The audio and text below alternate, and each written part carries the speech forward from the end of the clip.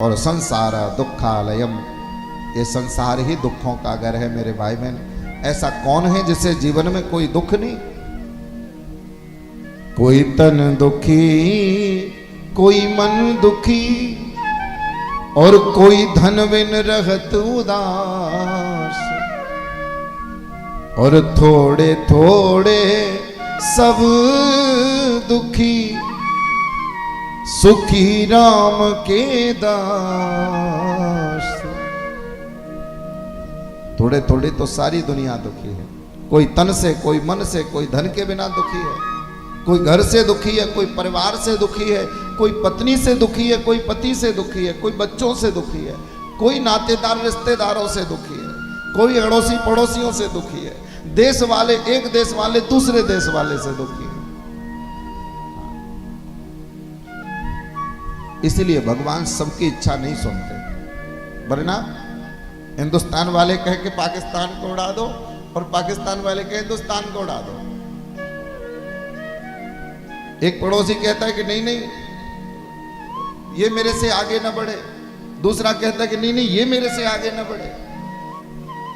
लेकिन मेरे भाई बहन, यहां भगवान किसी की नहीं सुनते।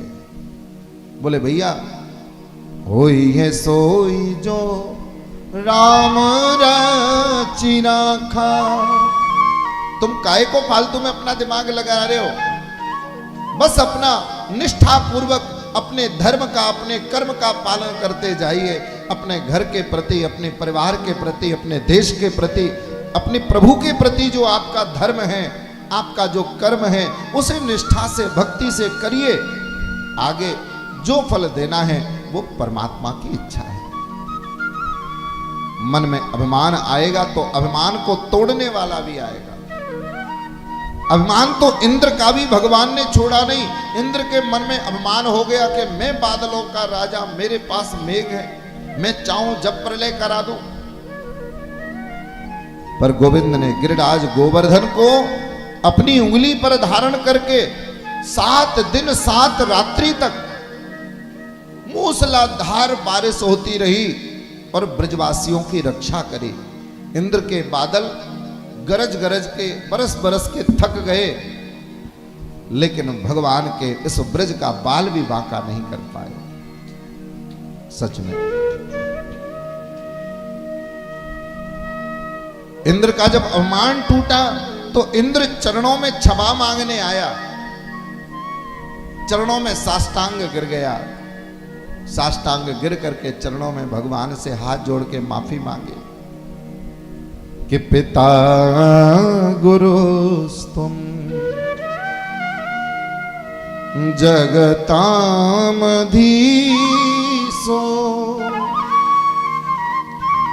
दुरत्ययं काल उपात दंड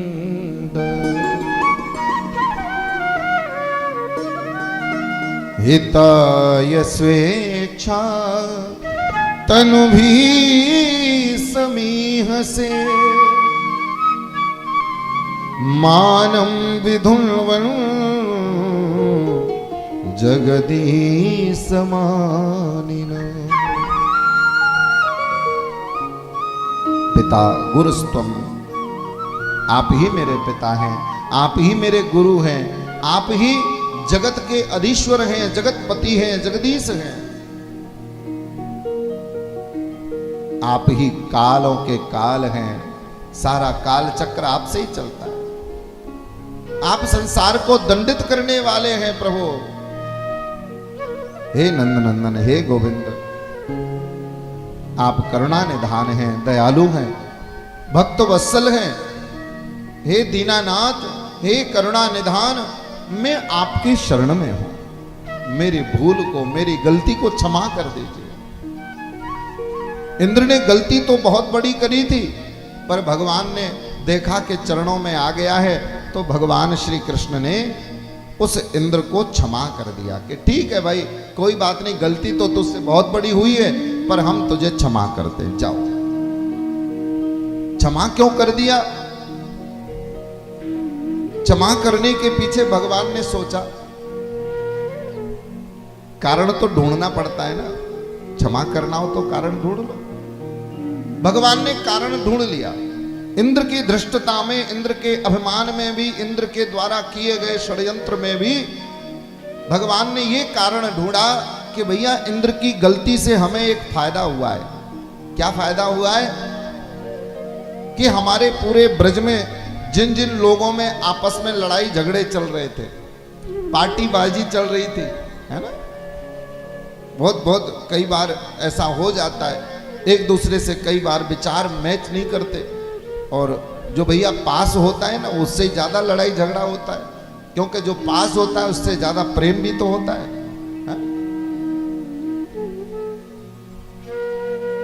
तो जिन जिन लोगों में आपस में बोल चाल बंद थी, अब गांव में किसी में लड़ाई झगड़ा हो जाए तो लोग कहते हैं भैया ठीक है, मत बोलना हमसे तो कल से, हैं, तू अपने रास्ते जा, हम अपने रास्ते जाएंगे। तो बहुत सारे लोग ऐसे थे जो बात नहीं करते थे महीनों से, सालों से, पर जब मुसीबत आई, मुसीबत जब आई पूरे गांव के ऊपर, पूरे क्षेत्र के ऊपर, तो सब इकट्ठे हो गए।